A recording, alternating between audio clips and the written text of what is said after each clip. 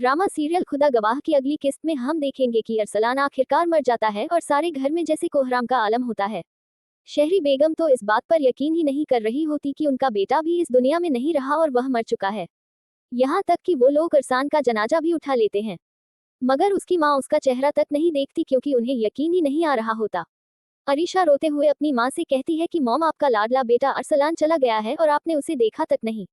जिस पर शहरी बेगम गुस्से से पागल हो जाती है और अरीशा पर रोते हुए चीखने लगती है और चीखते हुए कहती है कि अपनी बकवास बंद करो, तुम झूठ बोल रही हो, ऐसा नहीं हो सकता। वो बहुत ज्यादा रो रही होती है।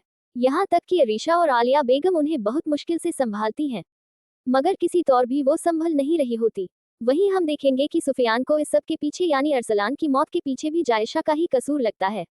वो जायशा को फोन करता है और उसे कहता है कि अरसलान ने तुम्हें इतना चाहा मगर तुमने उसको साइको बना दिया। यहाँ तक कि वो यहाँ वहाँ उलझता फिरता था। मैं तुम्हें इस चीज के लिए कभी भी माफ नहीं करूंगा। जायशा खामोश रहती है। उसे तो जैसे यकीन ही नहीं आ रहा होता कि सुफियान इस सब का जिम्मेदार भी उसे ही ठहरा रहा है। अपने लिए कहने को उसके पास कुछ भी नहीं होता। वो एक बार फिर अपना फैसला वक्त पर छोड़ देती है, मगर अंदर ही अंदर वो बहुत परेशान होती है। वो रोने लगती है और रोते हुए दुआ करती है और कहती है कि अब अरसलान की मौत से मेरी बेगुनाही कभी भी सामने नहीं आ सकेगी। जायशा को उम्मीद थी कि अरसलान कहीं ना कहीं इस बात का एतराफ कर लेगा कि सब कुछ उसने किया है और जायशा को कोई कसूर नहीं।